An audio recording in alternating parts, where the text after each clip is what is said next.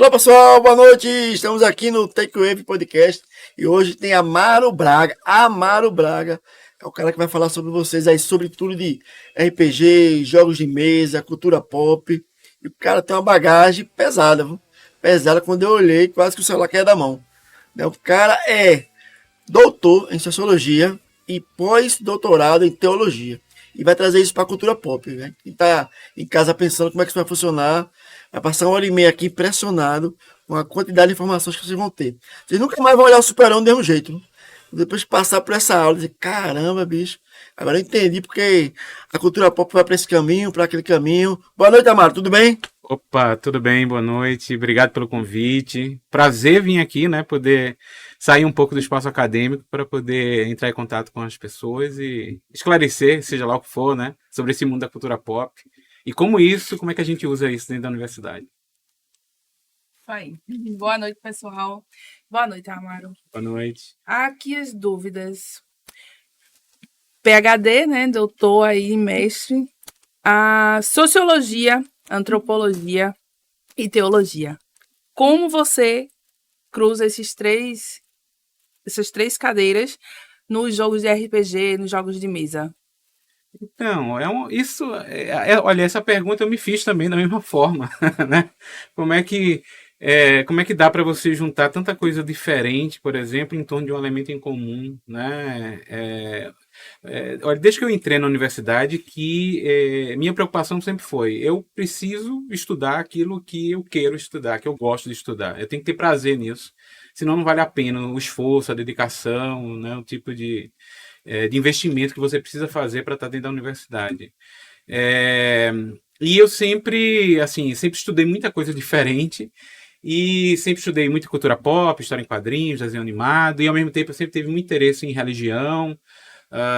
E por muito tempo eu fui mantendo essas duas coisas meio que em paralelo, né? Tanto fazendo estudos sobre novos movimentos religiosos, prática religiosa e estudos sobre cultura pop, até que, num determinado momento, eu disse, eu preciso juntar essas duas coisas que eu tenho me especializado ao longo aí de 10, 15, 20 anos de trabalho. Então, juntei tudo isso num pós-doc estudando religião dentro da cultura pop. Então, pegando como é que o discurso religioso aparece em história em quadrinhos, né? Como é que a gente vê isso dentro das atividades didático-pedagógicas que envolvem práticas de entretenimento, como jogos de tabuleiro, desenho animado, né? Então, a ideia foi justamente tentar mostrar que essas coisas conversam, elas não são tão díspares como a gente pode imaginar, né? Na verdade, tem muito da religião em produtos de entretenimento e tem muito de entretenimento e cultura pop na religião nos dias de hoje. Então, não é muito difícil fazer essa ponte, não. Como foi o caminho até se virar professor da UFAL, né? Como é que começou e tu imaginava que ia virar hoje um professor universitário? Como foi esse caminho até chegar lá? Assim, o campo que eu escolhi para me formar, que é Ciências Sociais, é um campo que boa parte vamos dizer assim, do espaço de recepção profissional dele é o espaço universitário, né? Muitas vezes é um tipo de graduação voltada para você atuar como pesquisador. Então, desde a graduação, o foco foi estar lá trabalhando para a universidade, de estar produzindo, fazendo pesquisa, né? Desenvolvendo atividade de extensão, atuar no ensino, de sociologia. Então, a ideia foi realmente ir fomentando essas coisas, né? Então, é por isso que pensar em coisas de entretenimento, mas pensar no entretenimento e como isso podia estar dentro da universidade, né? Então, fazer pesquisa, né? Publicar essas pesquisas em artigos, livros, dar palestras sobre esses assuntos, né? A ideia foi ir tentando mesclar isso. Não foi uma tarefa fácil, não, né? A gente sempre enfrenta essas temáticas de cultura pop e de cultura de entretenimento, principalmente associada a esse mundo juvenil, né? A gente, ainda no Brasil hoje você tem essa ideia de que quadrinho é coisa para criança, assistir desenho animado é coisa para criança, jogar jogo, né, de videogame, jogo de tabuleiro, RPG é coisa de criança. Então, e isso afeta quem resolve pesquisar isso mesmo de uma maneira mais séria e comprometida na universidade, né? Já que há tanto outros temas mais relevantes ou problemas para a gente resolver. Então é um caminho árduo, né, de tentar mostrar que há uma relevância, que isso é importante, que a gente precisa parar realmente para entender que tipo de entretenimento é esse, que nossos jovens, né, e jovens adultos, enfim, que as pessoas estão se dedicando, como isso afeta elas, né, o impacto socioeconômico que isso tem. Até na questão do próprio comportamento. A gente sabe, por exemplo, hoje com os cosplays, como o consumo de mangá ou de anime, ele modifica padrões. As pessoas vão brincar de se produzir para determinados eventos, investem fortunas, às vezes, para poder fazer isso. Isso também gera uma série de outros recursos. Os concursos de cosplay premiam com moto, com carro, são prêmios imensos, né? É muito dinheiro circulando nesse. Às vezes é melhor que o cara do filme, né? A roupa do cara do cosplay da 10 a 0. Até mais bem produzido, né? Isso mostra, por exemplo, o tipo de dedicação, de compreensão da importância daquilo e que as pessoas tratam isso de uma forma com seriedade. Então, isso impacta socialmente, né? O mundo todo. Então, a gente precisa estudar para poder explicar para as pessoas que não compreendem isso como isso se processa, como se funciona e acalmar elas dizendo, olha, não se preocupe, seu filho, sua filha, ele não tem nenhum problema, né? Isso faz parte de uma cultura juvenil de entretenimento que nós temos nos dias de hoje, né? O que te levou a escolher estudar sociologia e antropologia? Então, essa é uma preocupação sempre crítica, assim, né? Sabe, eu sempre fui aqueles alunos chatos que perguntam sobre tudo, nunca aceita uma resposta muito simples para as coisas, e esse tipo de inquietamento sobre questionar a realidade termina levando a gente para as ciências sociais, né? É um tipo de perfil profissional que exige que você realmente vá atrás de informação, que você procure não aceitar nada como dado, como verdadeiro, está sempre questionando tudo, né? E essa preocupação é eminentemente com o esclarecimento das coisas, né? Tanto sociologia, antropologia, ciência política lidam muito com isso. A gente tentar entender o mundo que a gente vive, o que está ao nosso redor, porque a gente fala desse jeito, porque a gente se veste dessa forma, porque nossas práticas sexuais são da maneira como são, porque a gente come esse tipo de comida. Então, esse tipo de esclarecimento ele está muito ambientado dentro das ciências sociais. E aí, quando eu descobri que... eu estava em dúvida, né? Faço jornalismo, faço ciências sociais. Mas ciências sociais é muito mais... Tipo, você imerge muito mais, né, nos assuntos do que propriamente na comunicação. Né? Que é uma coisa... Assim, é mais passageiro, né? Você tem muitas informações, mas elas são mais fluidas. Enquanto nas ciências sociais, né, você imerge mais. Então, ela me encantou de maneira muito mais intensa. Teologia entrou antes ou depois de ciências sociais?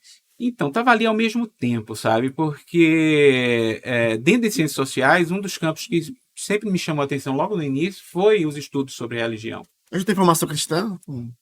Família? Então, minha família, a minha formação religiosa é zen budista. Então, eu fui criado dentro do zen budismo, mas depois não levei a prática nesse zen budismo, né? Mas, assim, e tem uma política muito assim de circular entre grupos religiosos, que é uma coisa muito comum dos brasileiros, né? Tem uma antropóloga chamada Leila Amaral, por exemplo, que ela diz que o brasileiro, ele erradica, ele fica errando de religião. Né? É muito comum você ver assim, fulano foi cristão, depois foi protestante, aí ele passou ali um tempo, visitou um terreiro, foi no centro espírita, né? E a gente não tem muitos problemas psicológicos com isso, ou seja, a gente consegue circular entre grupos religiosos e isso não nos afeta de uma maneira negativa, ao contrário, né? Em outros países, em outras culturas, não. As pessoas, elas nascem, crescem e morrem dentro de um grupo religioso. Não há esse trânsito ecumênico como a gente encontra aqui no Brasil. E isso sempre me despertava muito interesse, né? Tanto é que uma das minhas graduações é sobre religião, mas dentro de ciências sociais, né? Estudando novos movimentos religiosos vinculados à prática de bruxaria, por exemplo. Agora, a sociologia hoje é vista ainda muito como uma coisa da esquerda, de movimento de esquerda, e com a sensação de o maior sociólogo do Brasil, o mais famoso do Brasil, ser Fernando Henrique. Calma, vamos devagar, né? Assim, sim, há uma associação muito forte dessa questão da sociologia com a esquerda. Muitas correntes teóricas se formaram que são associadas, né, a esse pensamento assim chamado de esquerda, mas você também tem outras que não são. Na verdade, a sociologia ela é muito adogmática. Na verdade, a ideia, a visão que se tem de fora é que há uma associação, né, com essas políticas, mas quando você está dentro do campo, não. Na verdade, há um processo muito de neutralidade, há uma tendência a uma neutralidade axiológica. Então, assim, a sociologia em si, ela não é nem de esquerda nem de direita. As pessoas, os sociólogos e sociólogas, elas podem, elas sim, serem de esquerda ou de direita, por exemplo. Mas, veja, para uma ciência que estuda muito desigualdade, problemas, a diferença, a discriminação e luta para a melhoria dessas questões, você tem uma pauta política que é muito associado à pauta política desses grupos políticos associados à esquerda, justamente porque eles defendem uma pauta socialista, comunista, que é de diminuir os padrões de desigualdade entre as pessoas, lutar contra a indiferença. Isso termina, vamos dizer assim, aproximando ali, né, os campos de atuação de um e do outro. E Agora, Henrique calma, Fernando Henrique assim, foi um sociólogo que se destacou, ele foi presidente do nosso país, foi muito à direita. ele melhorou ali o nosso sistema econômico, estabilizou o país, enfim, mas não necessariamente, eu acho que o termo melhor sociólogo brasileiro é muito forte. Não é famoso. Mas ainda é muito forte isso, né? Você vem, sociólogo, pessoal que Fernando Henrique, porque foi presidente também. Hoje, tu já escreveu vários livros, né? Alguns de ficção, né? E outros acadêmicos, não é isso? Isso. Você se vê hoje mais como um contador de história, hoje, ou como um acadêmico, consegue separar as coisas? Olha, separar é difícil sempre, né? Uma coisa que eu aprendi na prática é que uma formação artística e uma veia artística, né? Ela ajuda qualquer tipo de profissional. Não importa o que você esteja fazendo. Se você entende de arte, se você sabe escrever, se você entende de musicalidade, se você entende de poesia, isso vai ajudar a sua profissão em algum nível. Você pode não notar essa correlação direta, mas quando você consome e produz arte, você se torna uma pessoa mais empática, mais capaz de lidar com sentimentos, emoções, por exemplo. E isso ajuda o seu trabalho, querendo quer não, seja lá ele qual for. Um viés literário, ele termina ajudando a escrita acadêmica justamente para evitar que ela fique muito hermética, que ela não seja compreensível, porque não adianta a gente estar fazendo pesquisa, não adianta a gente estar tentando levar informação ao público e esse público não conseguir entender o que a gente está querendo dizer. Então, ter uma linguagem mais simples, uma linguagem mais agradável, até uma linguagem que trabalhe melhor essa ideia de atrair as pessoas, né, de cativar elas, justamente pelo formato, pela estética, ajuda. Então, isso termina ajudando o texto acadêmico. Né? E da mesma forma, o rigor acadêmico, a preocupação com a confiança, com a confiabilidade, com a seguridade das informações, isso também, querendo ou não, ajuda a você produzir temas na arte que são, sei lá, mais impactantes socialmente. Então, por exemplo, quando eu escrevo contos, meus contos eles são socialmente relevantes no sentido que eu estou falando lá de desigualdade, de pobreza, eu estou falando de cultura regional, né? Por mais que eu faça ficção ou fantasia, mas os elementos, personagens que estão ali, eles também têm um quê sociológico, por assim dizer, né? Não dá, por estar circulando em diversos campos, você não consegue ficar livre das contaminações que cada um desses campos tem, para bem e para mal, né? O que te inspirou a começar a escrever sobre o RPG e o board games? Primeiro, por ser um consumidor desses produtos. Uma coisa que eu aprendi em sociologia, em antropologia também, é que as grandes questões importantes para a gente estudar estão ao nosso redor. Então, assim, eu não preciso olhar para uma coisa que está muito distante. Eu olho para o mundo que está me ladeando e eu vou identificar essas questões. Né? E consumir esses produtos de entretenimento, né? Jogos de tabuleiro, né? Jogar RPG, jogos de videogame, ler quadrinhos, essas coisas, elas, na nossa cultura, elas são vistas como descartáveis. Sendo que no dia a dia você percebe que elas têm impacto social. Há uma relevância nisso. A maneira como as pessoas interagem quando elas estão jogando, o impacto que aquilo tem no dia a dia delas. Tem PlayStation em casa? Hã? Tem PlayStation em casa? Claro. Tá jogando o quê atualmente? Então, jogo de videogame, eu tento me abster um pouco. Porque, assim, entre os produtos de consumo, não dá para gente consumir tudo, né? Eu jogo muito mais jogo de tabuleiro do que propriamente jogo de videogame, né? Mas lá em casa, por exemplo, minha esposa, ela joga muito The Last of Us. E ela joga assim, zero jogo e depois começa de novo, né?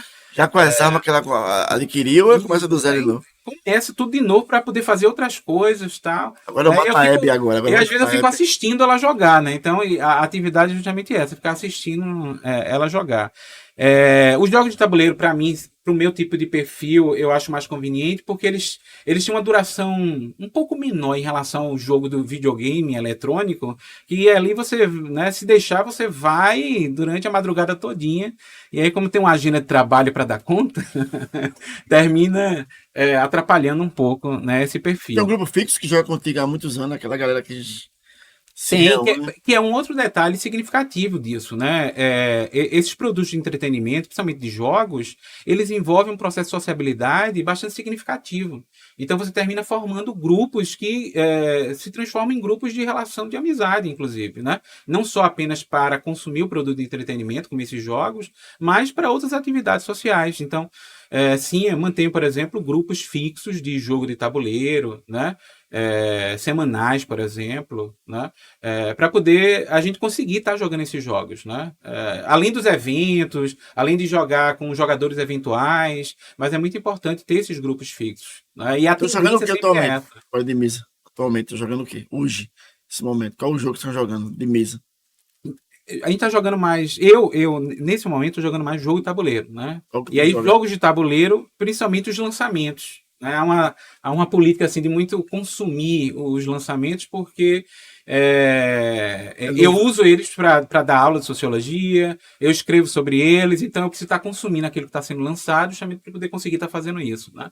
Então, jogos, por exemplo, há pouco tempo saiu um jogo sobre Freud.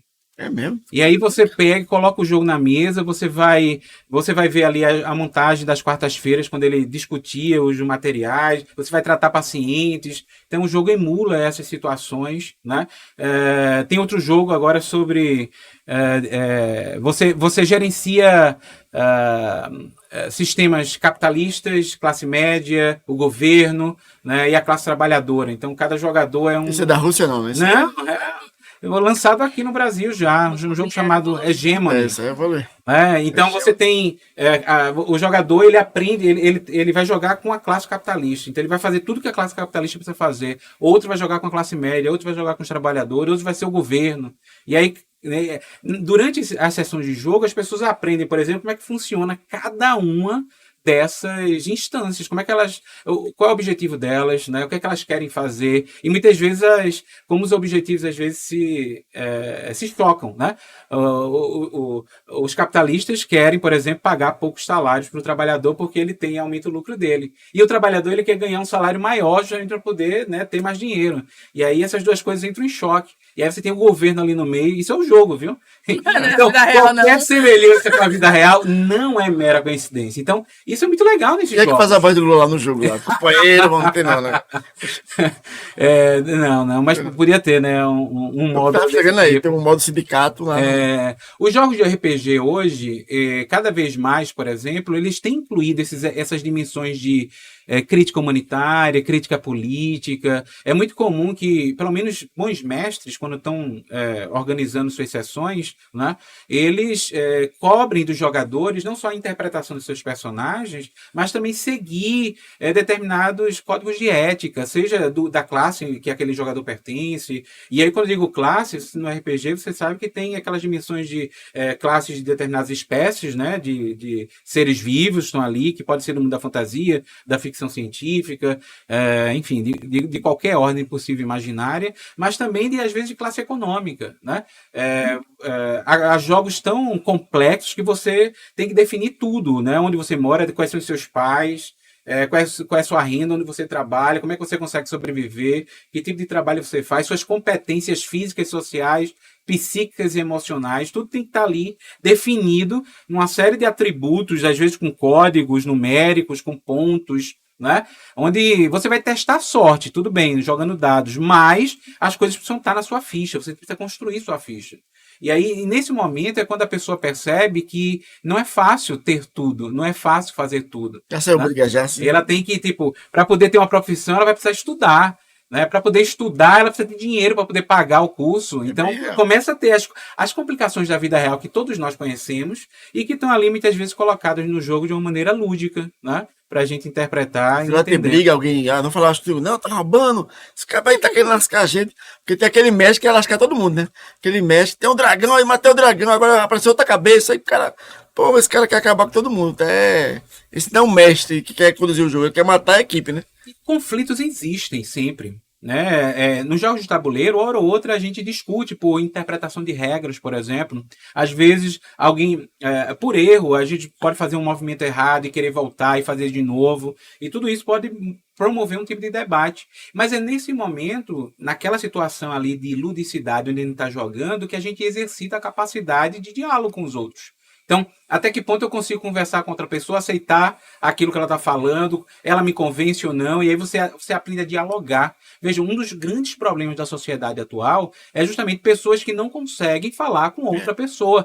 Elas não conseguem, inclusive, elas não gostam de serem questionadas, elas não sabem questionar o outro. E nessas sessões, nesses momentos onde a gente briga, entre aspas, né? Numa certa... Pode haver uma divergência das regras do jogo, de algum procedimento, seja lá o que for. Nesse momento, é um processo pelo qual a gente vai ensaiar como lidar com essas situações.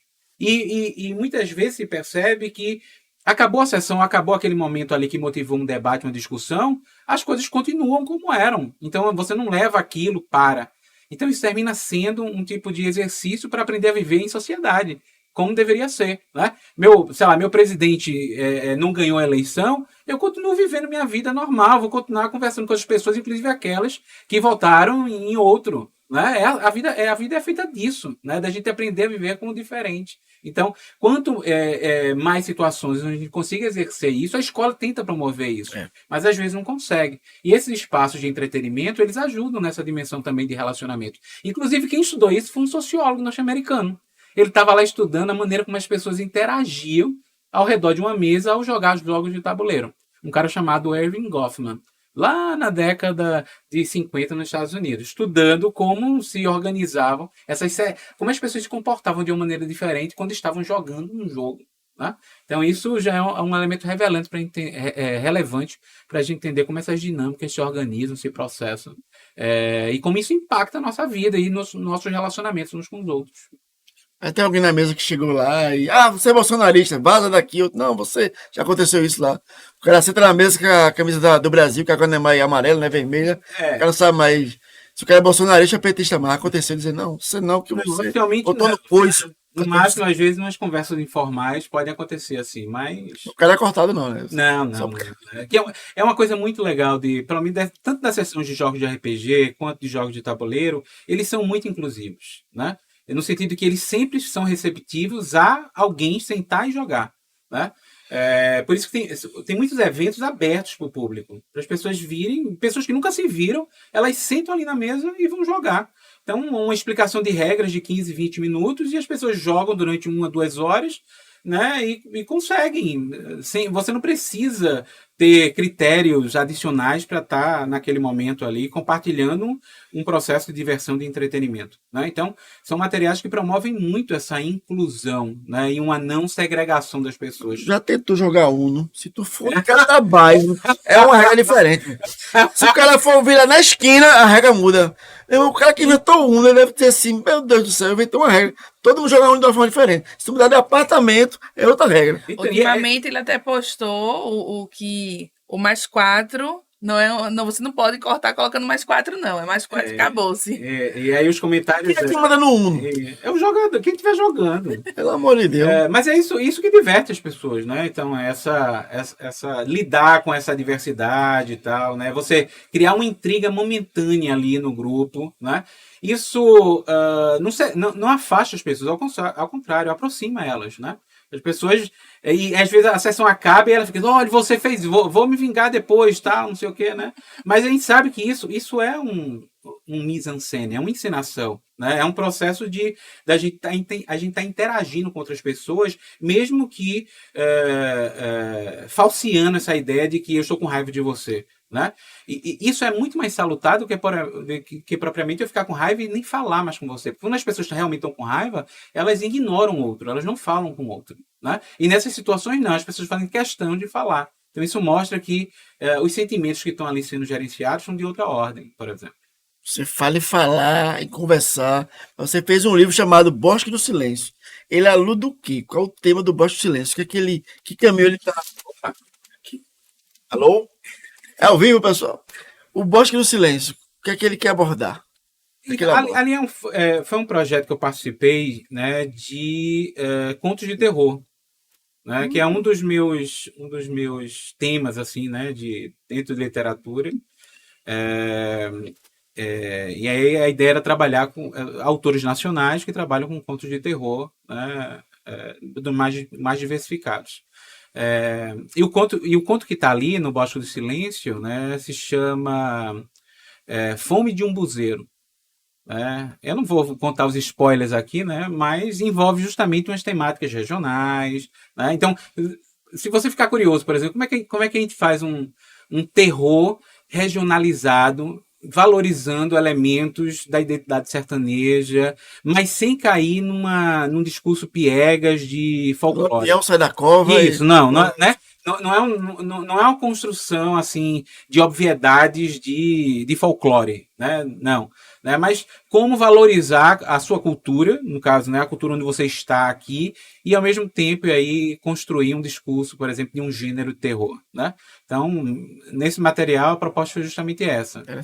Então, dê uma olhada lá para descobrir como é que isso é feito. Bosque do Silêncio, o nome. No chat, Paulo nos mandou boa noite, mandou um abraço para você. Ele tinha perguntado, né, se você gostava mais de RPG ou de jogos tabuleiros. E ele queria saber por que os públicos não se misturam tanto. Assim, eu passei muito tempo jogando RPG e hoje eu passo muito tempo jogando jogo de tabuleiro, né? Então, eu posso dizer que eu migrei, assim, nesse sentido, né? De um sistema para outro, assim, de um produto para o outro. E os grupos é uma coisa típica da cultura pop, né? Nem todo mundo circula em todos os grupos, né? Nem todo mundo que faz cosplay lê quadrinhos, né? Nem todo mundo que joga RPG joga jogos de tabuleiro, né? Então são grupos, né? E mesmo dentro desses grupos você tem subgrupos. Então é um tipo de comportamento padrão dentro da própria estrutura da humanidade a gente formar grupos. Né? Grupos que vão apreciar particularidades dentro de determinados segmentos. Então, é por isso que acontecem essas divisões. Né? Você tem eventos de RPG, você tem eventos de jogos de tabuleiro, você tem eventos de anime, né? Eventos de cultura pop japonesa, e não necessariamente, por mais que haja uma ou outra pessoa que possa circular entre esses grupos, a grande maioria fica presa aos seus nichos. Né? Então, faz parte da constituição da nossa identidade, né? Em relação a isso. Ok. Leonardo, ele não é fã de RPG, mas por conta do roleplay e da parte de fazer a voz. Por isso ele é mais de board game. Ele quer saber como superar essa vergonha.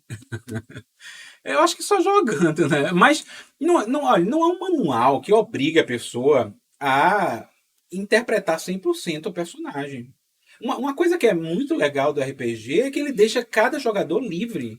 Entendeu? Você faz o que você quiser fazer, puder fazer e achar que deva fazer. Né? Os sistemas, inclusive, eles podem até... Tem sistemas que, se você interpreta demais, interpreta muito bem o personagem, o próprio livro de regras do jogo diz: se o mestre reconhecer que o jogador está interpretando muito bem, dê 2, 3 dados adicionais a ele. Ele ganha um bônus para poder ter mais sorte na hora de rolar os dados. Né? Ou seja, o próprio sistema diz, mas fica a cargo de cada jogador fazer isso ou não. Né? Tem jogadores que podem ficar constrangidos de querer ensinar, até porque nem todo mundo teve aula de teatro, nem todo mundo está preparado para poder, né, realmente incorporar um outro personagem por completo, mas ele permite que você jogue o jogo. Né, de qualquer forma, né, não há uma obrigação. É coisa assim, eu não preciso me fantasiar do personagem para ir a jogar uma sessão de jogo. Né? Nos eventos de RPG, inclusive, você tem muito one shot, que são sessões curtinhas, né? Justamente para você jogar ali em 30, 40, 1 hora. Né? E nessas sessões se simplifica muito desses processos de interpretação de personagem. Inclusive o personagem já pode vir pronto, justamente para facilitar alguém. Eu não tenho paciência de construir ficha de personagem, porque demora. Aí você vai gastar a primeira ou a segunda sessão, ou seja, 4 ou 8 horas, só para poder montar uma ficha de personagem, fazer o background dele. E nessas sessões não, pode vir lá tudo pronto. Então o jogo permite isso. Né? Não há Você pode ter mestres que fiquem exigindo, né? Que um jogador faça isso, faça aquilo, alguma coisa assim do tipo, interprete, né? Mas se ele não gosta daquele perfil de mestre, é só ele trocar de mestre, procurar outro grupo para, né, para as sessões de jogo, alguma coisa assim do tipo. O importante é jogar, porque querendo que não vai se divertir, vai aprender alguma coisa, vai se socializar, né? Enfim, é isso. Agora é aquele amigo machão lá, que toda vez quer jogar, eu quero ser a elfa de biquíni. Aí você fica, não, mas tem outros, não, eu quero ser a elfa de biquíni. Diga uma coisa, pessoal, vocês aí, entra no chat, mandem mensagem, converse, se inscreva no canal, né? Nosso amigo aqui, o Amaro Braga, vai responder qualquer pergunta que vocês fizerem. Ó, foi pesado agora. Se vocês podem fazer, participar. E também se vocês tiverem interesse, pessoal, em aprender música, né? Você quer lá com aquele instrumento em casa, não sabe para onde começar, não sabe como fazer. Tem um curso muito bom para vocês, né? Baratíssimo. E aqui a gente vai ver agora o vídeo desse curso, para vocês aí poderem aprender sobre cavaco, violão, baixo. Vamos dar uma olhadinha?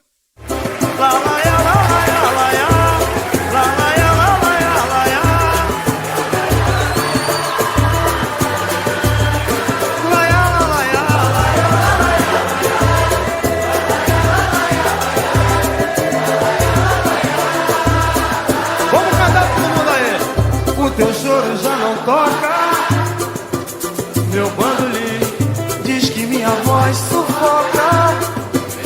Meu violão afrouxaram-se as cordas e assim desafina e pobre das rimas da nossa. Ô Maru, como você já fez isso, né? A gente não falou essa experiência. E se é possível levar o jogo de mesa, o RPG, para formação acadêmica, né? Tanto na faculdade, como porque se chega para criança, né? Matemática, eu sinto muito que em países da Europa, né? Eles já trazem muito xadrez. Já boto minha filha do outro ano para jogar xadrez, ela amou, gosta muito. Eu acho que é o pai de todo jogo de mesa, né? O xadrez. E aí, como trazer isso para as escolas, principalmente escolas de bairros, né, mais carentes, né? Como trazer o RPG que é uma coisa legal, divertida, né? Tem cosplay, tem aventura, para trazer isso para a educação. Como é que isso é possível? Não só é possível, como é viável, né? Nos últimos 3 anos, eu tenho feito alguns projetos de extensão na universidade voltados justamente para isso, né? Para levar esses jogos, promover processos de capacitação de professores, para eles aprenderem a lidar ou usar esses jogos em sala de aula, particularmente para o ensino de alguns elementos específicos, né? Obviamente, como eu estou dentro de ciências sociais, para ensino de elementos de ciências sociais, mas no meio desse caminho fica claro para eles, por exemplo, que você pode usar esses jogos para ensinar qualquer coisa. Ele é muito fácil enquadrá-los em qualquer elemento do currículo escolar, né? Desde das humanidades, história, geografia, sociologia, mas também passando por ciências exatas, matemática, física, química, né? Até coisas bem mais específicas. Aqui no Colégio de Aplicação da UFPE, tem um professor de física chamado Ricardo Amaral, que ele trabalha justamente com isso. Ensina física e ciências utilizando jogos de tabuleiro. Inclusive, ele é autor de jogos de tabuleiro. Os jogos, inclusive, circulam no mundo, né? Ele já publicou, não só no Brasil, como fora do Brasil. E são jogos que você aprende conceitos de física, né? Conceitos, elementos de matemática, estão sendo colocados ali e dá para você ter aquele processo de aprendizagem lúdica, né? O grande desafio da gente levar qualquer coisa para a escola é justamente que os professores precisam saber usar. Eles precisam saber que isso existe. Eles precisam saber que isso pode ser utilizado e pode ser incorporado dentro do currículo escolar dele. E ele precisa aprender a gerir, administrar, planejar isso dentro de suas atividades didáticas, né? Então, nada melhor para um professor, por exemplo, uma professora, de que cativar a atenção dos seus alunos num processo de ensino-aprendizagem usando alguma coisa que eles jamais imaginariam que está dentro da aula. Uma história em quadrinho, né?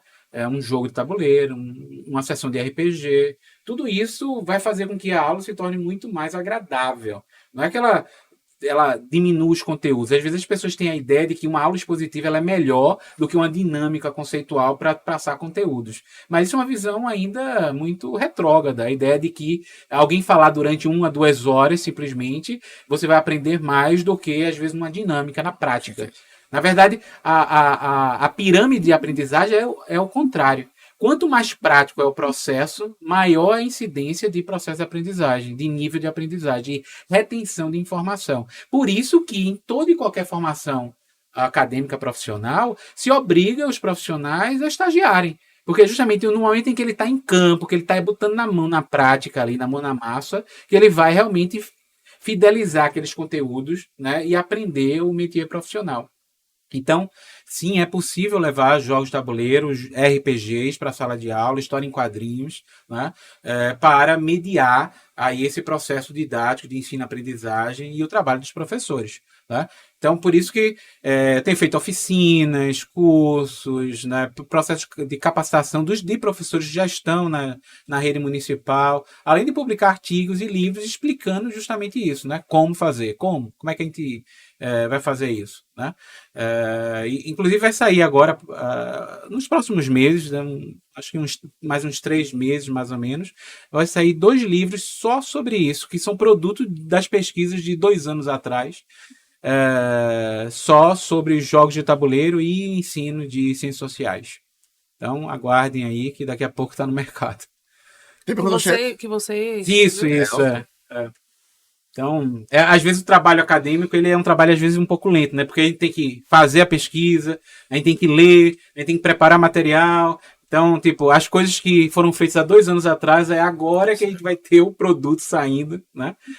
Não dá para fazer tudo muito rápido, mas isso, olha que em 2 anos e meio já é um tempo rápido para um produto sair. Eles são baseados, né, em algum jogo? Então, são análises e produtos e reflexos de experimentações usando diversos jogos em sala de aula, né?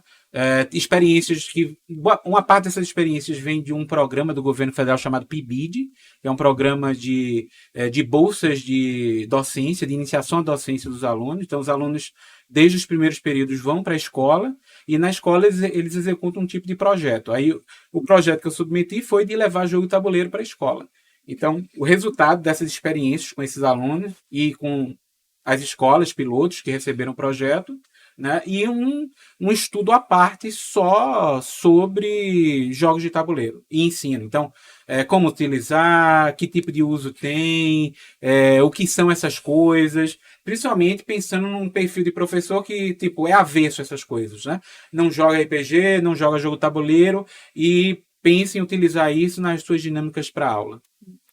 Aí tu ficava com a pranchetazinha lá, esse mestre psicopata. Esse aqui não ficava analisando o pessoal jogando e tu lá. O professor, esse aqui tem problema de narcisismo crônico, porque quer matar todo mundo. Esse aqui. Não, quem faz, são os psicólogos que vão fazendo isso. Essa análise assim, dizendo, você jogando lá e. Quem tá anotando tanto aqui que eu tô jogando. Mas, olha uma coisa agora. DC ou Marvel? E de segundo, mangá ou quadrinho americano? Qual o melhor? Eita, aí você pega na agora o pessoal vai trair na. Aí a gente vai perder metade da audiência. Vai ter tocha aí na frente, o pessoal com tocha igual o Shrek, querendo matar todo mundo agora. Eu sou da Marvel, 100% Marvel, né? O Batman. Mas, assim, a DC tem coisas boas, tem coisas legais, né? Mas eu acho poucas em relação ao universo da Marvel. Mas eu explico. Porque a Marvel ela tem um processo de crítica social muito mais bem trabalhado do que a da DC. Né? Então, assim, mas o próprio Stan Lee, inclusive isso aparece em 2 das biografias dele. O próprio Stan Lee, ele tem um sistema que era assim, ouvir o que está acontecendo no dia a dia, o que é pauta nos jornais, nas revistas, e pegar essa pauta e colocar dentro das histórias em quadrinhos. Então, tipo, o Senado norte-americano aprovou a lei do divórcio. Então ele chegou na ilha no editorial lá com o pessoal e disse, olha, vamos escolher alguém para se divorciar. Qual é o melhor casal que tem aí? Quarteto Fantástico, né? Sue Richards, Red Richards, a Mulher Invisível e o Senhor Fantástico.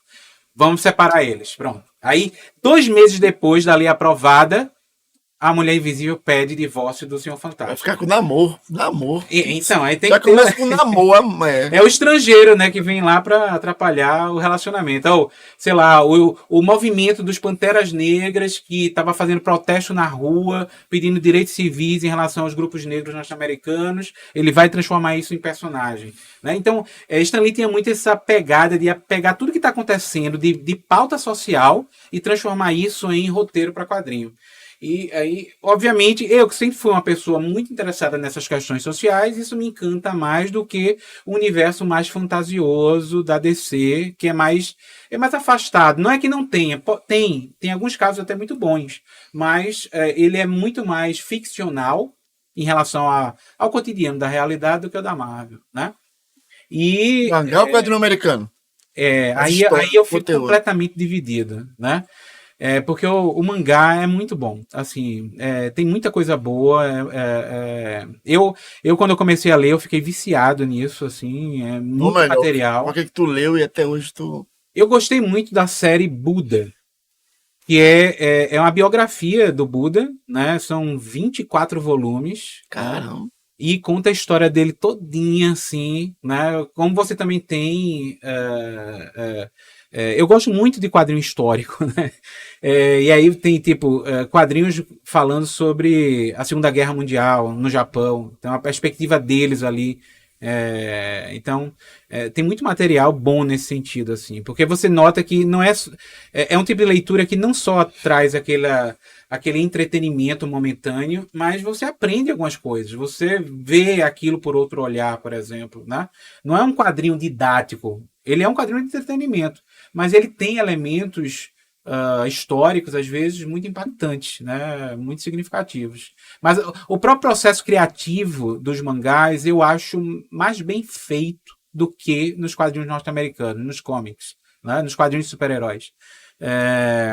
E aí eu acho que eu fico mais para o mangá do que para os quadrinhos da Marvel, nesse sentido. O Japão, ele conseguiu ter essa conquista cultural, né? O Brasil não tem, né? Aí se fica muito assim, Turma da Mônica, pronto, acabou ali. Não tem mais do que isso. Não, veja, o quadrinho brasileiro é muito mais do que Turma da Mônica. Turma da Mônica foi uma coisa que, tipo, todo mundo conhece, porque é uma indústria muito forte, a gente exporta esse material, mas o mercado de quadrinhos brasileiro, ele é gigante. A Turma da Mônica é 10% só do mercado de quadrinhos no Brasil que a gente tem. Inclusive de número de produção. Brasileiro. Né? Brasileiro. Coisas feitas por brasileiros que circulam aqui no Brasil. Né? Então, o problema é que boa parte do nosso quadrinho brasileiro ele não está em bancas de revista, como a Turma da Mônica está.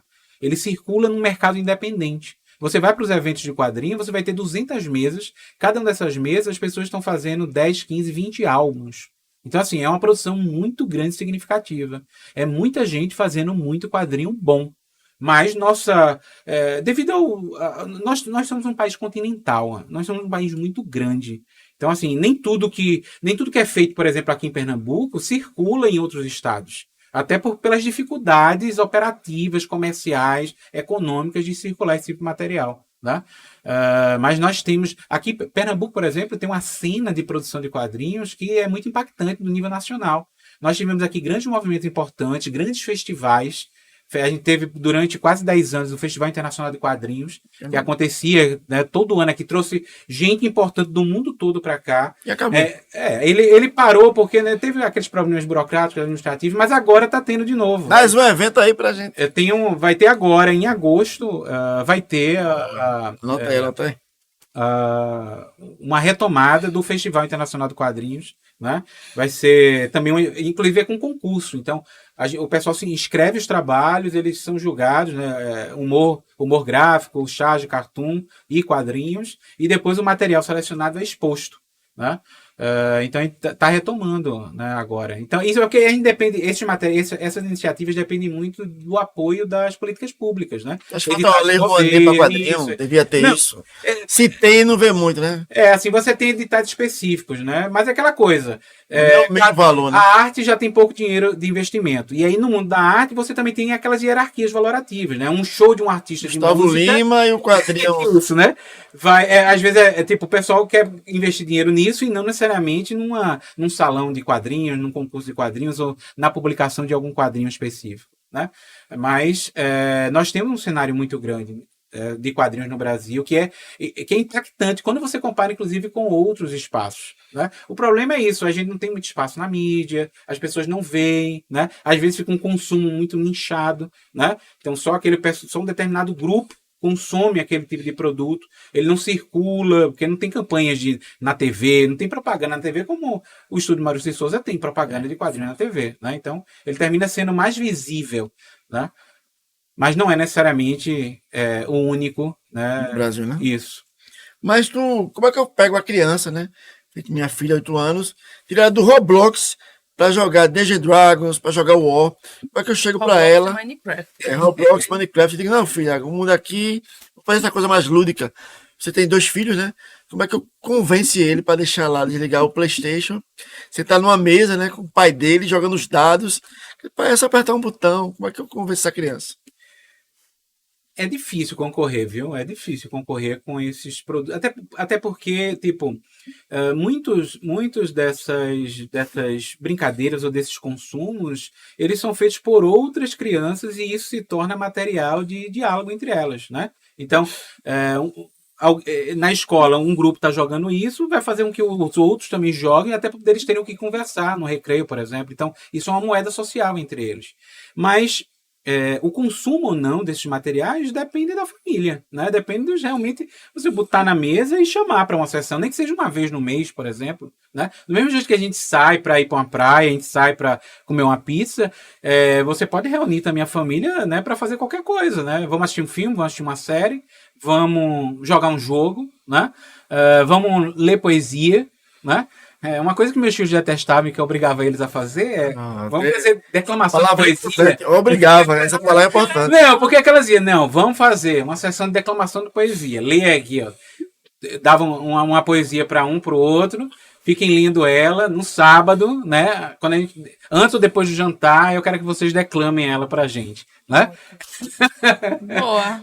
Mas assim, obviamente, jovens, adolescentes veem essas situações como constrangedoras, né? Às vezes, mas enfim, você vai fazendo de pouquinho em pouquinho. Às vezes eles gostam, às vezes eles podem continuar a não gostar, mas eu acho que todos os pais passam por isso. A gente cumpre com o nosso papel, a gente tem que oferecer, né? Hoje eu liberei a internet, cara, depois que ela leu o livro do lado do carteiro.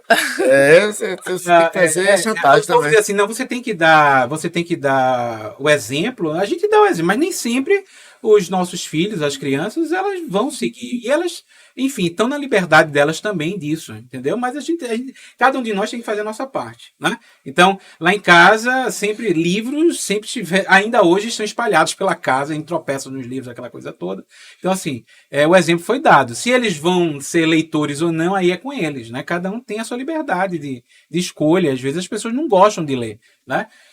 Mas, enfim, eles viram lá toda a literatura de fantasia, Young Lit, literatura para jovens, né? De ficção científica, passando por terror, passando por literatura distópica, tá disponível lá em casa, né? Mas se eles vão gostar disso, aí paciência, não dá para contar com a sorte. Mas a gente faz a nossa parte, né? A gente faz a nossa parte, né? Então, assim, consumir arte para mim sempre foi muito importante e propiciar isso a quem vive junto com você também, né? Então, é assim que a gente vai fazendo, eles gostarem ou não, né? O meu filho mais velho, ele continua jogando RPG. Ele ainda joga RPG, mestra, né, participa de sessões, porque hoje em dia eles são mais high-techs em relação à minha época, né? Então faz aquelas sessões com os videozinhos, aí cada sessão tem uma tela trabalhada digitalmente, né, com o tema da sessão ou do tema do jogo, né? Muitas vezes essas sessões são gravadas e transmitidas lá pelo canal do Twitch, né? Então tem hoje são outros esquemas, né, que são gerenciados, né, muitas vezes nesse grupo. Já, por exemplo, ele adora jogar RPG, mas detesta jogar jogo de tabuleiro, né? Ele acha muito chato jogar jogo de tabuleiro. Talvez por ser analógico, né? Hoje essa geração é uma geração muito de consumo digitalizada, né? Apesar de você ter hoje jogos de tabuleiro que tem mediação digital, você usa aplicativos para jogar o jogo, né? Daqui a pouco a IA vai ser a mestre, mano. Tu já olha não, que isso é quando inegável. você chegar, a IA, faça uma aventura aí, você... Não tenho nenhuma dúvida que a IA vai fazer a voz, vai Então, fazer a ela IA, já vai... dubla, né? Ela já dubla sozinha, já faz as montagens, já propicia, já cria tudo, né? Daqui a pouco a IA vai dominar, a gente vai ficar só esperando. Bola uma história aí, ó. Mas- Você vai botar a IA pra botar sua criança pra dormir. Vai dizer, conta uma historinha aí pra Joãozinho dormir. A IA vai lá e inventa. Inclusive, isso é um elemento importante porque hoje você tem muitos jogos de RPG que são solo. Justamente porque as pessoas às vezes têm dificuldade de montar grupos. Ou até pelas agendas de trabalho, de reunir todo mundo no mesmo horário para poder jogar é um sacrifício, né? E aí você tem hoje RPGs solos, onde o sistema de regras ele faz com que você jogue sozinho o jogo. E você Tem um tenha livrinho um que tipo hoje de- em dia, né? tinha Tem um aquele livrinho livrinho, de eu lembro. siga, né? Você toma escolha, vai pra página tal, vai essa pra página coleção de tal. livrinho. Mas você tem hoje sistemas como o D&D, complexos, grandes, com ficha, com aquela coisa toda, mas eles são feitos para uma pessoa. Então, ou seja, você tem um tipo de, a gente pode usar entre aspas, uma IA analógica, né, que vai gerir a partida, as sessões da pessoa, e ela vai usar outros recursos, cartas, dados, anotações, escolhas. Perde um né? pouco a essência, né? Perde um pouco a essência. Né? Assim, você perde essa dimensão da interação social com outros indivíduos, mas, ao mesmo tempo, você está consumindo o jogo de uma forma. Isso diverte as pessoas. Elas se encantam com aquilo. Né? Então, não à toa você tem muitas publicações atuais nesse sentido. Muitos jogos solos vêm sendo lançados ultimamente para atender esse público que gosta de jogar, mas não tem público, né? E aí fica naquele... Porque você fica na frustração, né? Você quer jogar, mas não consegue com quem jogar. A família não quer jogar, não consegue reunir o pessoal. Então, joga sozinho, né? Então, essa dimensão do jogo solo, ela tá nos videogames. Boa parte dos videogames você pode jogar ele sozinho, na maioria das vezes. Você tem uns que você se encontra com o povo, aquela coisa toda, né? Ou são multitelas. Jogou Baldur's Gate? Não. Mas Baldur's Gate pra quem gosta de RPG, é o jogo, sério, que é revolucionário. Tem alguma pergunta aí no chat? Não, por enquanto. Tem nada? A cara do Call of Duty é o quê? Não, É uma aceitação. Será que é Call of Duty mesmo? Eu tirei que é Call of Duty. Lê aí pra gente. Foi. Dica de foi sobre a questão da campanha lá que ele falou. Ele, no caso, foi Paulão, né? Uma dica de campanha irada para RPG, já que você curte terror, seria de Call of Duty passando no Recife na década de 30. Legal, André. Aí, tá vendo? Caraca. Já tem uma pessoa, tem um livro já pra fazer. Qual a similaridade de um professor universitário e um mestre de RPG? O que é que tem de similar entre os dois? Ambos têm que estudar, ambos têm que fazer muita pesquisa, né? Um mestre que não faça muita pesquisa para poder levar para sua sessão, a sessão é pobre, né? Ele tem que fazer, inclusive boa parte dos mestres assim que se dedicam mesmo, eles vão lá de dados históricos, tal, elementos, né? Ele prepara cenário, né? Ou seja, ele investe mesmo na sessão para ter, porque esses elementos de pesquisa eles vão dar veracidade à situação. Então eles vão fazer com que a pessoa entre no clima, né? Então muitos eles estudam até as músicas de fundo da sessão. Então, faz uma trilha sonora para acompanhar a sessão. Eles redigem textos de leitura, né? Olha aí, né?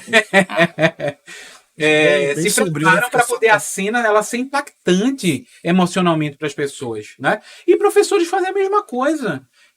Assim, né? Os bons professores, eles vão dedicar um bom tempo. Por isso que a profissão docente ela é muito árdua, porque o povo acha que ser professor é só lá quando você entra na sala de aula, né, dando a aula, mas não. É um trabalho que começa muito tempo antes.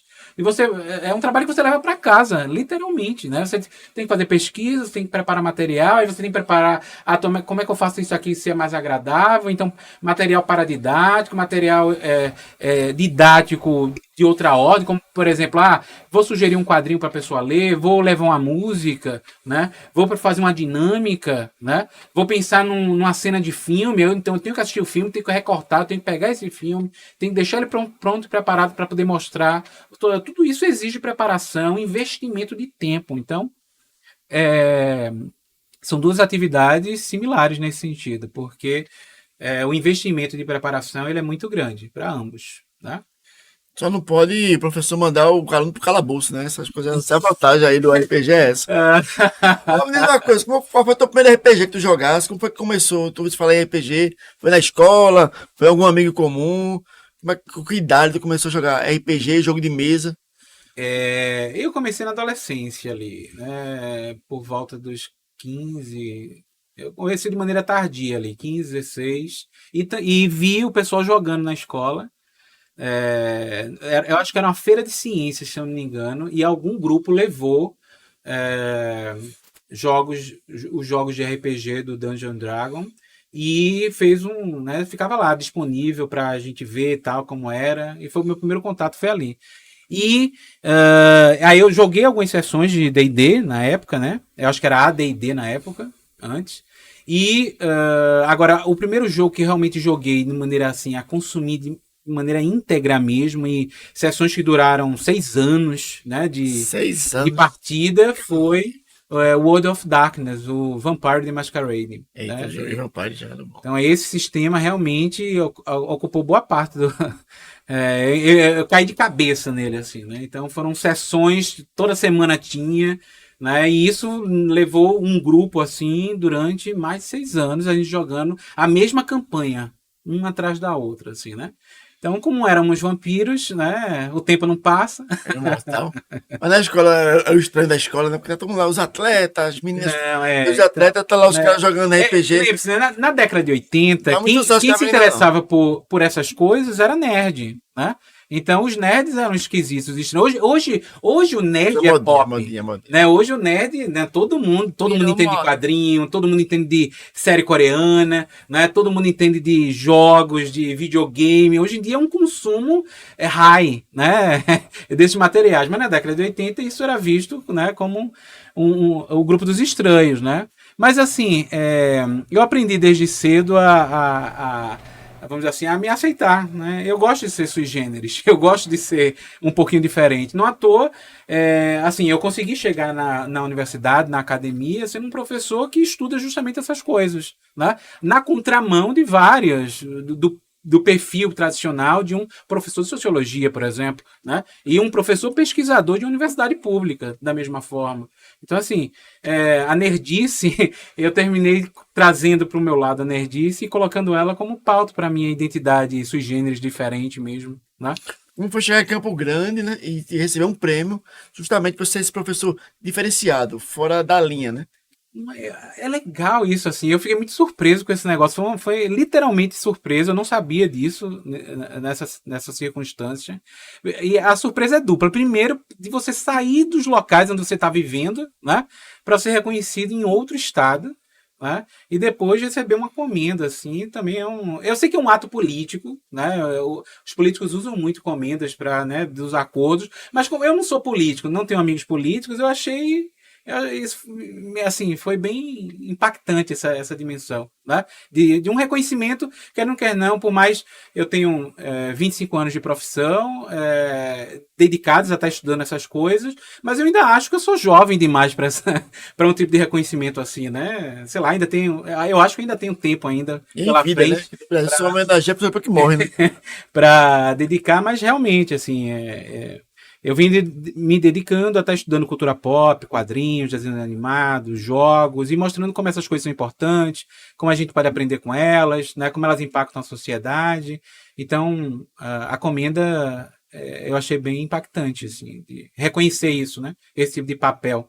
Né, Mas para diferente. teologia, Jesus falou: profeta nunca é reconhecido na sua própria terra. Jesus fala isso lá, né? Ou no popular, né, em casa de ferreiro espeto de pau. Você vai A a gente- gente mesmo assim, né não? A gente vai valorizar, você vê esse podcast tem um tempo, mas só em lugares diferentes. Onde você mora mesmo, você não dá esse valor, não. Às Tem vezes alguma pergunta no acontece chat? isso. Tem um comentário de Aula Dada, Vamos Embora. Que ele Aula Dada, Vamos Embora. O RPG de livro, ele comenta, né, que o RPG de livro decaiu muito, especialmente com as burradas da Hasbro. Ele falou com eu acho que é Open Games License. E a agenda política mudando o D&D de forma ridícula. E Paulo Nunes perguntou que você acha favorável o RPG com mapas minis e muitos props, ou é mais adepto a teatro de mente? É, como essas empresas notaram, né, que esse público é um público que consome muito isso gera muito dinheiro, né? Desde a minha época, os livros de RPG sempre foram muito caros, né? É até difícil comprar. Até hoje, mesmo os Kickstarter da vida, é caro o investimento que você faz para comprar um livro, né? Sem falar das outras coisas que estão associadas. Mas o grupo, o pessoal que joga RPG, eles nunca dependeram das editoras propriamente dito. Porque o pessoal sempre tinha um consumo informal desses materiais, né? O pessoal digitalizava os livros, traduzia os livros, enfim, né? Circulava com esse tipo de material. E querendo quer não, é um hobby quase comunista, porque basta um comprar e ele socializa com um grupo todinho. Então não é uma coisa que cada um precisa comprar o seu, né? Basta um comprar e todo mundo se diverte da mesma forma. Tanto é que, na minha época, pelo menos, a gente fazia muito cota. Então, a gente ia comprar um livro, dividia entre quem ia jogar, facilitava o acesso, né? Eu sei que é um pensamento comunista, né? Atrapalha a lógica do lucro das empresas, né? Mas isso nunca atrapalhou o consumo desse tipo de material, né? Porque eles têm, o lucro deles é muito alto, porque uma unidade que eles vendem é um valor já gigantesco, né? Desse material. Sem falar nos royalties, né? Que esses materiais têm. E dentro dessa lógica de consumir esses produtos é que entram as miniaturas, né? Ou seja, muitos jogos de RPG hoje são ainda mais caros porque eles vão colocando dados especiais, dados diferentes, né? Você precisa, às vezes, de um conjunto de miniaturas. Sim, isso agrada uma parcela do público, né? Isso chama mais atenção. Então, naquela mesa lá com, né, os mapas, as miniaturas andando. Por isso que o RPG não tardou muito para migrar para jogo de tabuleiro. Então, muitos dos jogos de tabuleiro iniciais ali famosos vieram, né, dessa estrutura de dar um upgrade na seção de RPG com miniatura e mapas, e os mapas em cima da mesa, ou seja, a ideia do tabuleiro ali. Então, né, mecânicas como que a gente chama hoje de Dungeon Crawler, né, de sair andando dentro de uma masmorra para poder pilhar, matar monstrinho e ganhar ponto, vem a influência direta desses sistemas, né? E esses processos de valorização da visualidade do jogo, as empresas notaram que isso torna o jogo mais agradável, mais comercializável e com maior índice de lucro. Tanto é que muitos jogos de tabuleiro simples e abstratos estão cada vez mais luxuosos, com componentes visuais, justamente para poder cobrar mais caro. E aí cobra-se mais caro para poder ter mais lucro, né?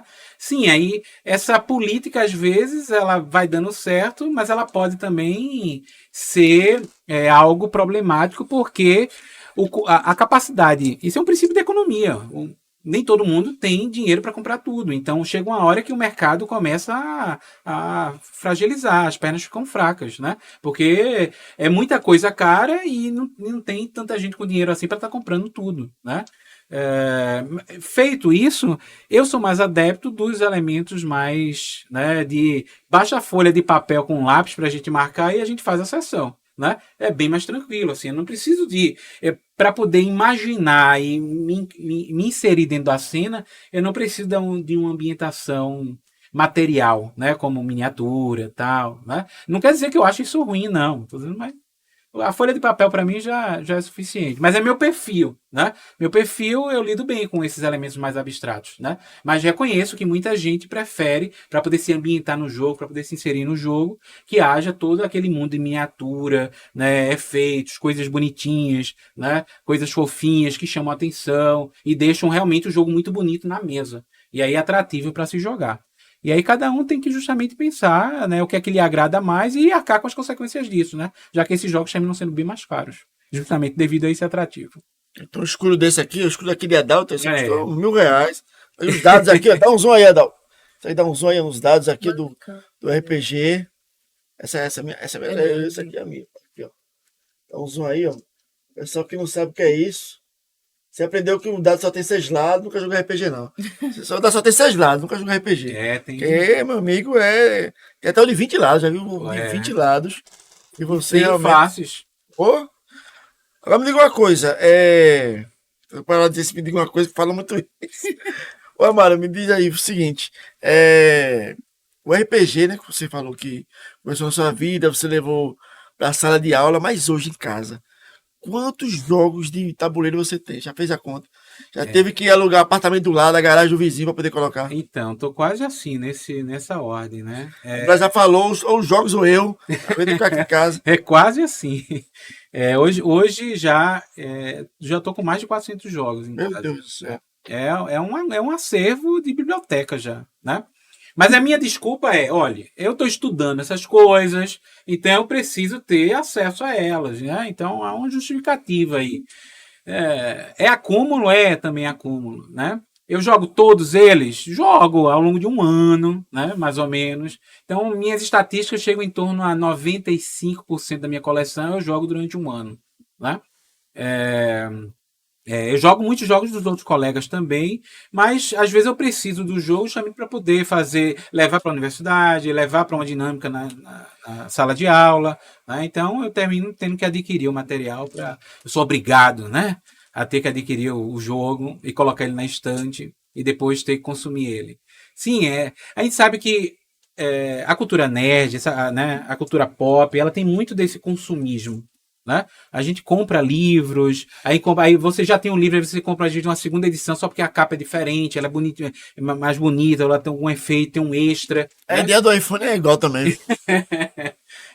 Quadrinhos acontece a mesma coisa, né? Você vai comprando, às vezes sai uma edição compilada, sai uma edição com papel especial, sai uma edição assim assada, né? Então, muito do consumo da cultura pop existe uma dimensão de colecionismo, né? Que é um consumismo de aglutinar mesmo, de juntar muita coisa, né? Eu tento às vezes me policiar, de me controlar para poder não comprar algumas coisas. Agora, algo que é mais frequente nesse universo dos jogos de tabuleiro, que não ocorre tanto no RPG nem nos quadrinhos, é que esses jogos e essas coleções, elas circulam. Então, é muito comum quem tem muito jogo, hora ou outra, tá revendendo jogos para outras pessoas. E normalmente por um preço mais barato. Justamente porque eles já são usados. Eles são super, hiper bem preservados, mas o preço é mais barato em relação aos da loja, né? Então a gente meio que vai... E aí, quem tá nesse mercado, né? Eu quero aquele jogo que fulano tem, ele quer o jogo que eu tenho, a gente vai e troca. Então a gente também tem, todo ano, por exemplo, aqui no Nordeste, a gente tem 2 momentos no ano onde há uma troca. Então há momentos, a gente usa inclusive uma IA, ela faz um aplicativo lá, onde eu cadastro os meus jogos, outra pessoa cadastra os jogos dela, depois eu vou e digo que jogos eu quero, a outra pessoa diz que jogos ela quer, e a IA ela organiza todo mundo no Nordeste e as trocas são cruzadas. Significa, eu vou enviar meu jogo para ela vai enviar o jogo dela para você e você vai enviar o jogo para mim. Mas tudo isso tomando como base o perfil que eu respondi. Sim. Entendeu? Então, eu vou receber o jogo que eu quero, cada um vai receber o jogo que quer. Sendo que não necessariamente eu vou trocar com a pessoa que vai receber o meu jogo. E isso foi feito por inteligência artificial. E aí a gente usa esse sistema 2 vezes por ano, no mínimo, para fazer troca de jogos e movimentar a coleção, né? Que às vezes eu compro um jogo para conhecer, para fazer uma dinâmica, depois visto que esse jogo ou não vai servir para outras dinâmicas, ou não tenho mais interesse nem em jogar ele de novo, então deixo ele disponível para outras pessoas poderem jogar, né? Tem perigo da IA dizer, você gosta desse jogo, você não gosta não, você gosta sim. Já fez aqui, você gosta sim. Você não sabe ainda que gosta. Ela só faz um cruzamento lá estatístico para poder garantir que todo mundo receba aquilo que quer, né? E aí essas trocas indiretas assim, o que é uma política muito legal. Né? Amar agora numa visão sociológica, né? Como é que super-heróis, jedis, elfos, bruxas, magos, eles refletem o caráter, né, o perfil da sociedade, né? Como é que o autor, as pessoas que jogam ou que criaram esse mundo mágico, eles refletiram os valores da sociedade para esse mundo assim lúdico. Todos esses produtos da nossa cultura pop, dessa cultura de entretenimento, todos eles são produto do meio. Eles são produtos. As pessoas que fazem, elas têm ideologias políticas, elas têm valores sociais, elas têm valores religiosos. E quando elas fazem essas obras, elas incorporam esses elementos, consciente ou inconscientemente, estão lá presentes, estão lá dentro desses materiais. A aparência deles, frases que eles falam, as situações que eles vivenciam, que eles passam, tudo isso está lá sendo representado. Né? Então, por isso que a gente consegue fazer uma leitura da estrutura de uma sociedade através dos produtos culturais que ela produz. Né? Porque eles são a leitura da época, né? Que são produzidos. A maneira. A gente vê hoje, por exemplo, a valorização do feminino, teve uma época, ou a própria questão racial. Nos Estados Unidos, os primeiros super-heróis negros, todos eles eram ex-criminosos, por exemplo. Porque é uma mentalidade da época que sempre associava a cultura negra a, né, a cultura de presidiários, pessoas problemáticas, pessoas que causavam problemas. Né? Isso só vai mudar no fim da década de 90. Que você vai ter realmente um desenvolvimento de personagens super-heróis negros que não estão associados, por exemplo, à criminalidade. Isso mostra que há uma mudança de mentalidade nas próprias pessoas que Pantera Negra é um rei, por exemplo, né? Pantera Negra é um rei, né?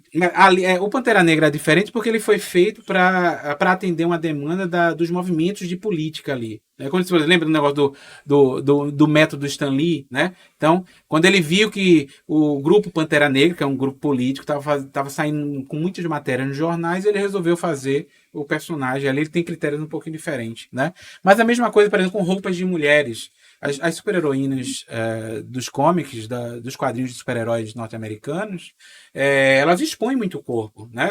O corpo das mulheres é explorado naquele material. Né? Então ela está lá, super-heroína com salto alto, biquíni, correndo atrás, né, de um vilão qualquer. Aí você pega as roupas que elas usam hoje, elas não têm um corpo tão exposto como era na década de 80, por exemplo. Hoje elas estão usando roupa sobre o corpo. Né? E ela não é mais desenhada explorando o corpo. Isso mostra, por exemplo, como as mentalidades estão diferentes em relação a isso. Né? Há uma preocupação com determinados aspectos que são relevantes socialmente. Discriminação de determinadas pessoas, determinadas classes, questões étnicas, né? Questões de gênero, de sexualidade. Tudo isso a gente vê nesses materiais. Justamente porque as pessoas colocam isso dentro desse material. Elas refletem essas ideias a partir do momento que estão criando isso. Né? E aí a gente consegue ter, do ponto de vista sociológico, inclusive, um tipo de termômetro de valores políticos, religiosos, sociais, né? Até que ponto determinados grupos estão ou não pensando e esse pensamento está ou não associado a determinadas questões que interessam a sociedade ou que impactam positivo ou negativamente a sociedade. Né? Então a gente consegue fazer isso com esse tipo de material. Os jogos de videogame fazem isso bastante. Né? O perfil dos personagens, a aparência do corpo deles, aquilo que eles deixam ou não de fazer. Vejo todas as polêmicas que envolveram agora o The Last of Us em relação ao protagonista, e eu nem digo da série, mas acho que essas polêmicas já vinham antes na própria protagonista do jogo, a maneira como ela foi retratada, que o povo reclamou da época, né? Agora está reclamando da adaptação de novo, né? E tudo isso faz parte desse universo. Então estudar cultura pop é muito importante por isso, porque permite que a gente consiga antever ideias que estão circulando na sociedade a partir justamente da maneira como as pessoas consomem ou deixam de consumir determinados produtos. Tá? Fala pra gente sobre a sua paixão pela cozinha. Quando começou e se você costuma cozinhar quando se junta com os amigos para jogar? Eu acho que a gente, assim, todos nós, querendo quer não, principalmente se você não é herdeiro, né? Você, hora ou outra, é obrigado a cuidar da sua alimentação, né? Em algum momento, né? Então, assim, eu tive que aprender a cozinhar justamente para poder fazer comida e principalmente a comida que eu queria comer, né? E para mim sempre foi muito terapêutico fazer comida. Eu acho a cozinha terapêutica. Eu sei que tem gente que detesta, mas para mim, de lavar prato ou preparar comida é extremamente terapêutico. Né? Inclusive, você comer, lavar prato, não. Mas inclusive assim, a própria, às vezes eu estou escrevendo na minha cabeça, mas eu tô lá na pia cozinhando, lavando prato, alguma coisa assim, enquanto estou escrevendo na cabeça. Então assim, esse trabalho manual ajuda inclusive a me concentrar, né? Lavar prato que vem a história de terror, né?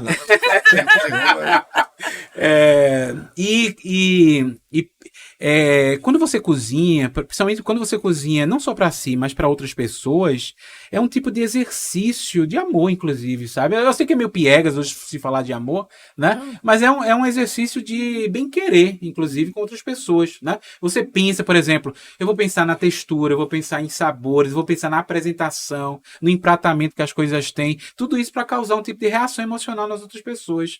E principalmente quando você faz isso fora de um ambiente comercial. Tipo, eu cozinho para minha casa, para dentro da minha casa. Então, né, eu não preciso ser pago para isso, né? Não há questões de. Apesar que se meus clientes, que é a minha família, reclamarem, eu ponho eles para fora do restaurante, né? Tá pagando nada, tá reclamando. Ainda reclama. Mas quando você cozinha, ou pensa nisso, no elemento da composição. É algo que você está dialogando com as outras pessoas. É uma conversa íntima, empática, né? Que impacta emocionalmente as outras pessoas. E cozinhar tem muito disso, sabe? De você pensar em causar novas reações no paladar mesmo. Né?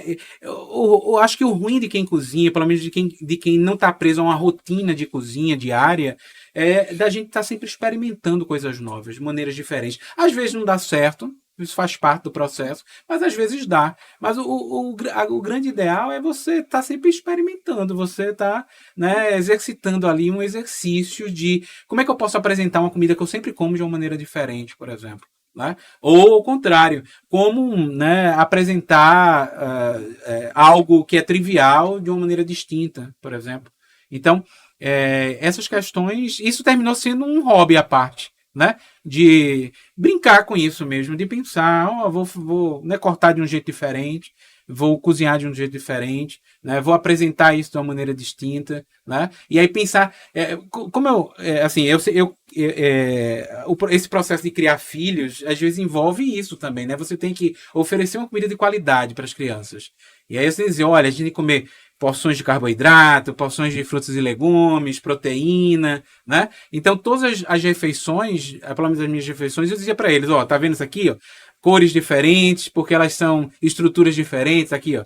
Vegetais com vitaminas, não sei o que, proteína animal, proteína vegetal, uma porção de carboidrato, não junta as porções de carboidrato. Ficava tentando, acho que termina essa lógica professoral, termina invadindo a dinâmica da casa, e aí organiza isso, mas isso passou a ser um hobby, no sentido de que eu Nunca vi no divertia biscoito fazendo recheado, isso. nunca vi não, biscoito recheado, se ele Não, só coisa gourmet, só faz comida. parte, não, faz parte isso também. Não tem como a gente evitar esse tipo de consumo de outros Se ele vê um materiais. salgadinho, ele vai dizer Né? o que é isso, pai. Não vai dizer não, ele sabe o que é. Sabe, não, claro.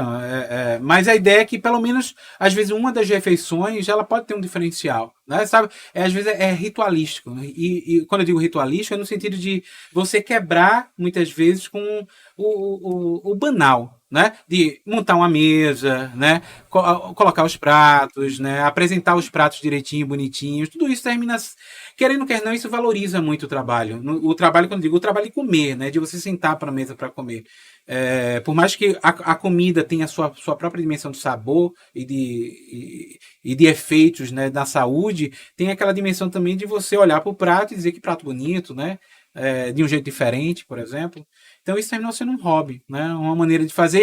E eu comecei a brincar dizendo que era o meu restaurante, né? É um restaurante que só tem um chefe, só tem 3 clientes, né?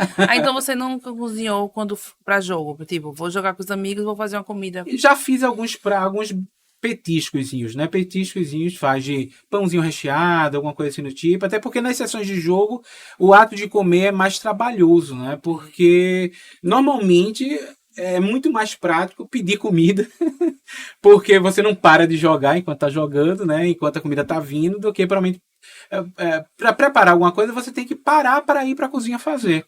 E aí o parar para ir para a cozinha fazer, você deixa de jogar. O cara comer, pegar naquela peça caríssima, rara, cheia de gordura, dá vontade de... ainda tem essas regras de etiqueta sobre comida na mesa. É igual quem joga com o joystick, não tem sem condições.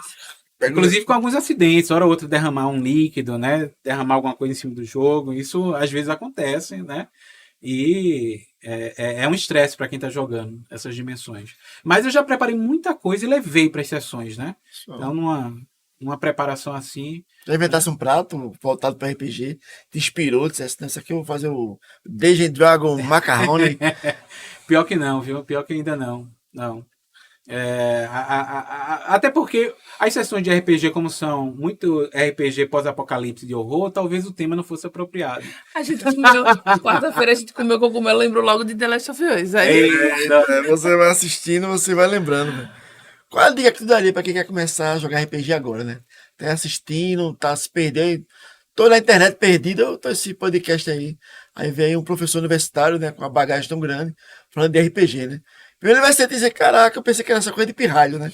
E de repente tem um professor aí com uma bagagem tão grande, né? Sim. Olha, para você ter uma ideia, você tem. Nos Estados Unidos tem muito isso, né? Há grupos de igreja, de adultos, assim, né? Que fazem sessões de RPG, por exemplo, né? Para melhorar a relação entre os pais e os filhos, por exemplo, aquela coisa toda, assim, né? Então, é um material bastante utilizado. Para alguém jogar RPG hoje, ele primeiro precisa identificar, né? Ela precisa identificar que tema lhe agrada mais, né? Para justamente não ter um choque, assim, de você estar jogando alguma coisa. E hoje em dia é uma infinidade, é tão grande esse mundo, né? Mas eu acho que deveria assistir algumas sessões ali que estão no YouTube, por exemplo. Tem muitos grupos hoje que, né, divulgam suas sessões online, né? E aí para ver se o tema agrada, porque vai desde jogos de terror como, né, Chamado de Cthulhu, por exemplo, né, fantasia medieval, né, ficção científica, temas históricos, é muito diversificado, né? Deuses. A pessoa tem que, primeiro, identificar o tema que ela gosta, coloca como palavra-chave no YouTube para poder aparecer algum grupo, assiste aquela sessão para poder ver se é aquilo mesmo, né? Se agrada, e aí vai nos fóruns. Hoje você tem muitos grupos online. Olha, o Facebook é coisa de velho, mas ainda funciona. Ainda tem. Vai no Facebook, vai no Instagram, né? Procura sobre esses fóruns desses grupos que tem sessões, porque, como eu disse, os jogos e RPG, eles são muito inclusivos. Então, se alguém chegar pedindo para participar, vai ter espaço para essas pessoas, eles vão montar, né? É muito comum você tem muitos eventos, normalmente em clubes, escolas, às vezes nos shoppings tem isso, né? Onde o pessoal fica lá jogando, justamente para quando você estiver passando, viu, se interessou, já entre em contato com o pessoal para poder saber quando é que joga. O pessoal se reúne para jogar nos fast food da vida. Então, né, essas redes de fast food, de sanduíche, né, que vocês sabem. Então, o pessoal vai lá jogar. Algumas livrarias da cidade o pessoal se reúne lá para jogar. Então, alguns shoppings proibiram, né? O Shopping Recife, por exemplo, o de Olinda. Entrou com a espada na mão e achou esse É que, como as sessões duram um pouquinho, o pessoal ocupa muito a mesa durante muito tempo, entendeu? Então eles veem, às vezes, isso como um problema. Agora esquece que, justamente o povo tá lá há muito tempo, eles vão consumir comida. Eles vão, né, comer mais de uma vez, inclusive. RPGista come. Você falou, tem um Nalaland. Um bar de jogos de tabuleiro. É um bar de jogos de tabuleiro. Que a dona é uma gata. Agora. Fica na Zona Norte, né? E lá tem espaço para jogos de tabuleiro e para RPG também, né? Você paga uma taxinha de entrada e tem direito a usar o acervo deles, marcar as sessões. Inclusive, é uma boa pegada, né? Tipo, você tá sozinho, quer conhecer um pouco disso, você pode ir para lá e vai se encontrar com outras pessoas que têm o mesmo interesse e vai poder sentar na mesa e jogar também, do mesmo jeito, né? Sobre a comida, RPGzaço, seu filho, disse que você fez um bolo temático, eu não entendi o nome. Um bolo de carne, temático de... Foi. Mas é isso, tá vendo? Lembrei agora, foi no Halloween. Eu fiz um bolo de Cthulhu. Eu não sei como é que eu vi na minha vida. Ainda bem que é mexicano.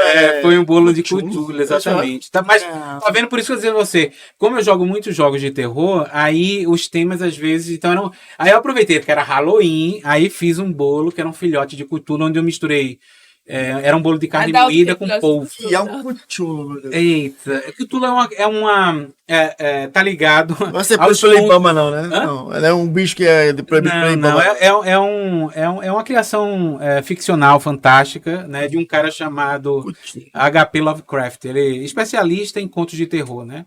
E aí ele escreve muito com histórias de terror que são, vamos dizer assim, que vêm do espaço ou que são cósmicos, grandes criaturas antigas que perturbam as pessoas, né? E o Cthulhu é um desses, é um bicho gigantesco, gigante, que vive no Asas. mar, tem asas, tem É tentáculos. esse? Isso, exatamente. Aí. Olha, vê esse. Cuchulo. Acho E aí eu fiz esse eu fiz esse Cthulhu aí, era um bolo de carne com polvo. Nossa. Caraca, é Isso. só que o cara com polvo. Aí assim, não é pra todo mundo, né? Mas como era Halloween, era uma festa Ah, em casa, Massa. aí deu pra. Lembra o Kraken dos piratas. Exatamente. Kraken. Tem uma pegada assim também, né? Sendo que ele é considerado um deus antigo, assim, né? Aí então ele fala, ele se comunica. E se ele falar, as pessoas enlouquecem ao ouvir o que ele tá falando. Cara, Então é uma coisa bem abissal, gigantesca aí. eita, realmente Queria ver a foto é desse. pesado. É. desse E bolo aí de é carne. um dos RPGs muito famosos, assim, que tem, inclusive, várias versões, assim, continuações diferentes, né? O Chamado de Cthulhu é um dos.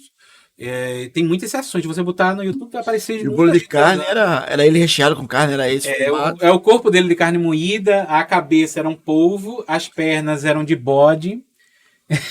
Nossa. E olha a foto. Aí, esse é o problema. Para o engolve, né, depois, acho que né? eu não estava fazendo nenhum ritual. Né? Sorrisal. Era um prato assim. Ele é uma estrela em da homenagem Davi ao no chão, Cthulhu. não tem uma estrela da Davi. Não desenhada, tinha. Tá. Pra quem quer começar o RPG, que jogo tu indicaria? Assim, mais básico. Básico, eu sei que tem muitos temas.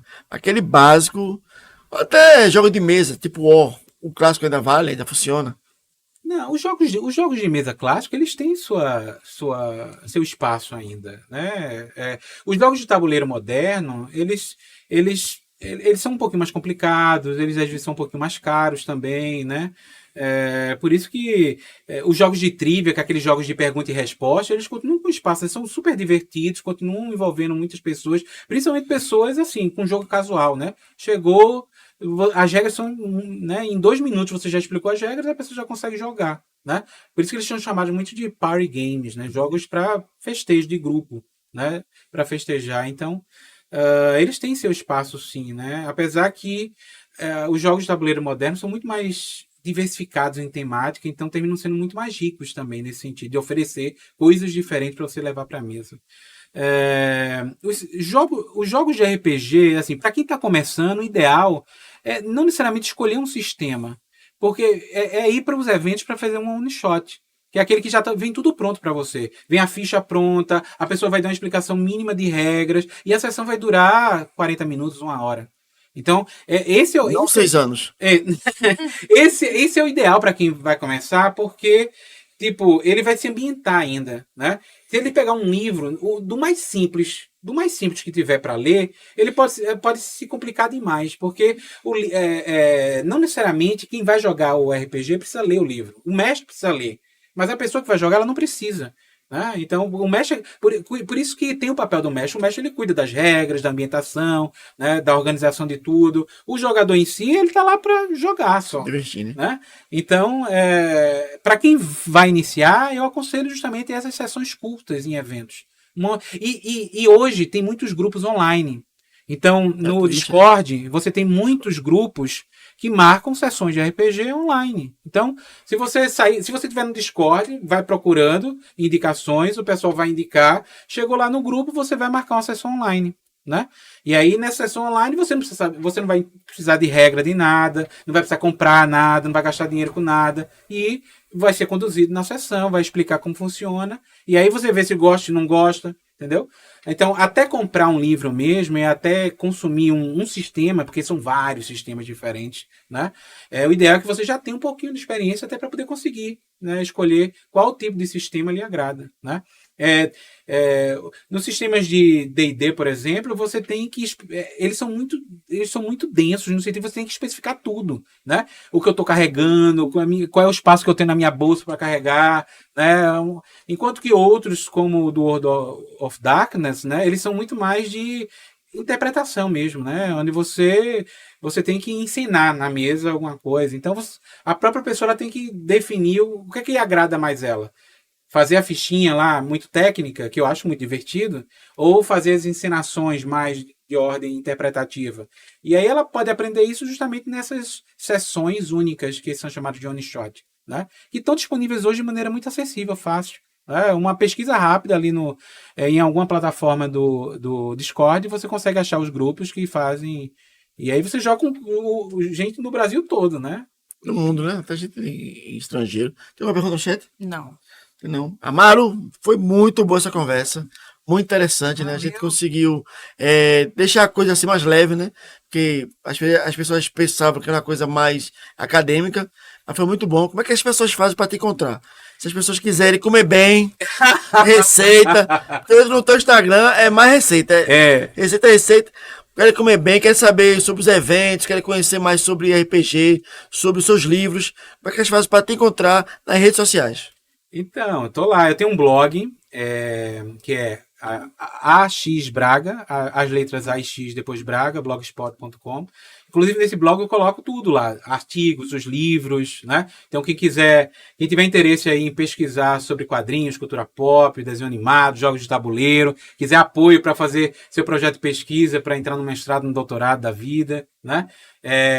Fazer pesquisa, escrever artigos sobre essas coisas, então passa lá e vai ter meus contatos de e-mail, essas questões. Estou lá no Instagram, né? amaro.braga.jr. E para comer aí tem que só membros VIPs, né? Membros VIPs que têm acesso. Ele traz alguma coisa hoje, porque eu posto aquelas figurinhas memes, diz assim, eu tenho agenda para participar de churrascos, né? Eu como a domicílio, né? Não tenho frescura nenhuma com comida. É você que é o cozinheiro. Você que tem que levar a comida. Eu posso ajudar. Se chamar, eu ajudo, tranquilamente, né? Mas é isso, assim. Eu sou super acessível, né? Então, se quiser fazer pesquisa sobre essas coisas, se quiser simplesmente discutir sobre esses elementos, né? Num ponto de vista mais acadêmico, por exemplo, também estou disponível. Né? A ideia é justamente essa. A gente papel desses, né, dos profissionais docentes que estão na universidade. Nós somos professores e pesquisadores e um dos nossos papéis é justamente esse, divulgar a informação, né? Então, meu salário não é apenas para dar aula, mas para fazer pesquisa e para propagar conhecimento, tá? Então, principalmente nessa serela aí de temas que eu escolhi para trabalhar, que é a cultura pop, né? Entre todos os seus meios e multifacetados, né? Até em brincamento com a religião, para poder mostrar como isso é impactante para as nossas vidas e merece um pouquinho mais de atenção que não apenas o do entretenimento. Então, estou aí disponível. Valeu, obrigado pelo convite.